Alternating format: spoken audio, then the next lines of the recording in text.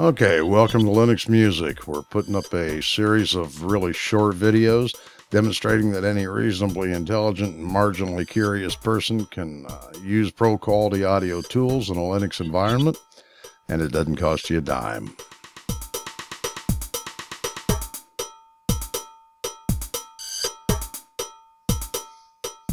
As always, if the software on your PC doesn't match what's shown in the video, the version you're using is the first thing to check.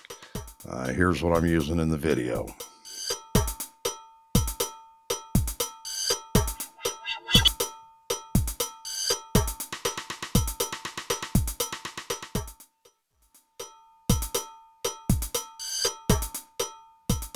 Okay, this time we're looking at Hydrogen, a software drum machine. It's very, very cool. 99% of it's intuitive, but there's a couple little quirks or oddities that hopefully we'll spend 1 or 2 minutes here, and it'll make your time with it much, much simpler. So let's take a look. Oh, and by the way, I happen to be using AutoDuck on this, and you'll hear Hydrogen in the background, and you can hear pretty nice drums.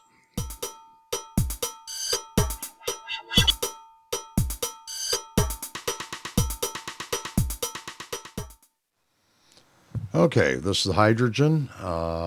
Here's the control area up here at the top. This is the song area here below the top, and here's the specific pattern area. A song is one or more patterns, as you'll see. Right now we're using the GM kit. Here are the various drum kits we can play with. Right now we're using the GM kit from here. I'll show you a little bit more about this later, but let's just take another kick drum from a different drum kit, pull it over, and you see how that goes in. So to make a pattern, all I do is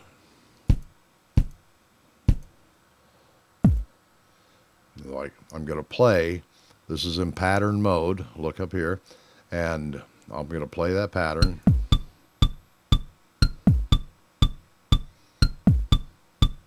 Okay, and that's pattern 1. Let's take a look at pattern 2. And for pattern 2, I just want to use my sticks, and I can come up here, and I'm going to click this into song mode. So now when I hit play, it's playing from up here. It'll play the first pattern we put in, then the second pattern we put in.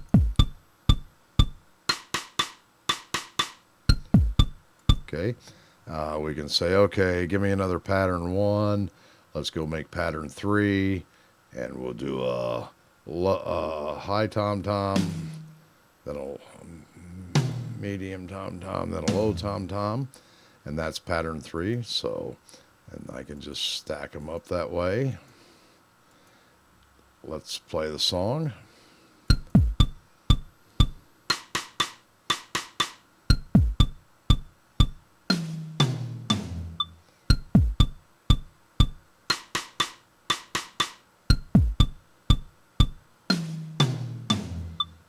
Okay, so you see how that works. The couple details. For some reason that I really don't know, the software always wants to talk about the size of this pattern in terms of eighth notes. Watch, I have a 4/4 count here, as you can see. I set it size 8, so I have 1, 2, 3, 4, 5, 6, 7, 8, 8 eighth notes. If I say I want the resolution to be 16th notes, and notice that it's stuck in 16th notes. So I can, let's, where's the snare?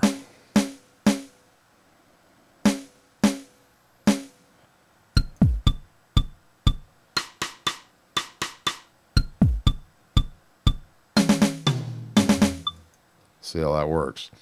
Now I can even take it one farther. Fourth note, quarter notes, eighth notes, 16th notes, 32nd, 64th notes, quarter or triplet fourth notes, triplet eighth notes, 16th notes. So let's go for triplet eighths. Notice that puts these off the pattern, and I won't be able, if I try to click, say here, it's always going to move it over to a dot. So I can right click on this, clear all the notes, and now let's do triplets.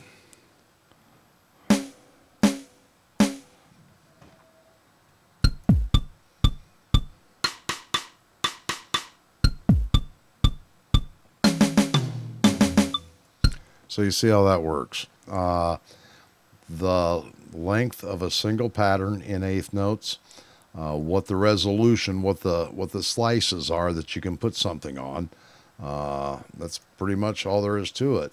That it's very easy. It's very intuitive. One other thing I wanted to show you, and I'm going to do this here. Notice this is 120 beats a minute. This is an interesting thing. What this is, it says I can change this on the fly. I use my comma key, and what's going to happen is you won't be able to see it because there's no camera on the keyboard, but I can play this at 120 beats a minute. This says it's ready. I can hit 4 strokes on my comma key. It will read what the average time between those strokes and change this beat, how fast this is, to whatever it was I hit on the comma key. So let's try that right now. Okay, I'm going to hit 4 slow strokes on the comma key. Hopefully you noticed it count down as I went from those commas. Now let me put in 4 fast strokes. Watch the R. R means it's ready. And as soon as I hit 4 strokes, it will move to whatever that tempo was.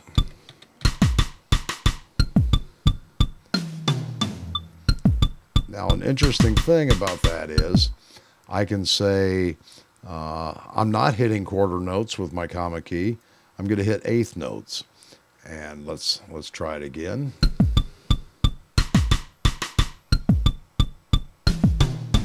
I'm going to hit 4 slow strokes.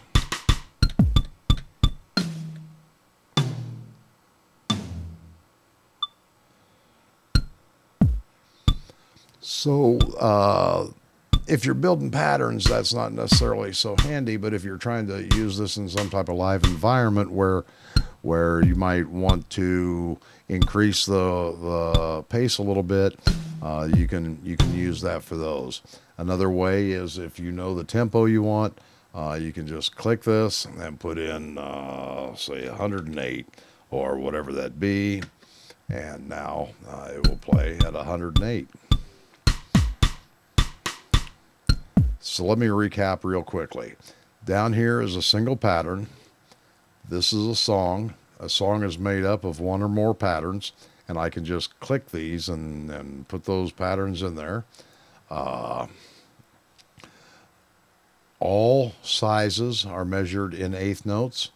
I can put the resolution to anything I want, including triplets, or I can put it off and it defaults to, I think, the 64th notes, but it goes to its highest setting.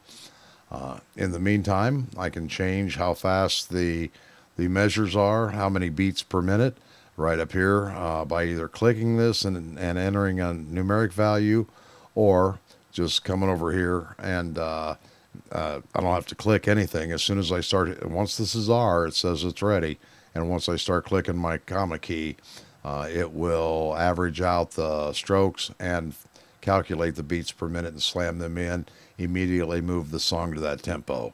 So that's it. I hope this gives you a good start. Remember, patterns, songs, eighth notes, how big. If I want 16 eighth notes. Oh no, let's, yeah, okay. 16 eighth notes, and I'm going to have a resolution of eighth notes. Then you'll see that, you know, 8 full measures. So that's pretty much all there is to it. Don't think that this is necessarily 1 bar like you might be used to seeing in music. If you put up enough numbers, you could have 3 bars embedded in this pattern, or a half bar, or whatever you want. It's all counting the eighth notes, and this is 16 eighth notes, so it's 2 bars with a resolution of every eighth, every 8 beats per bar. It sounds complicated. You play with it a little bit, it'll be very clear. Otherwise, that's great. Next time we'll do a little bit with drum kits, putting your own sounds in here, finding other drum kits to add to the system, that kind of thing. So I'll let you go.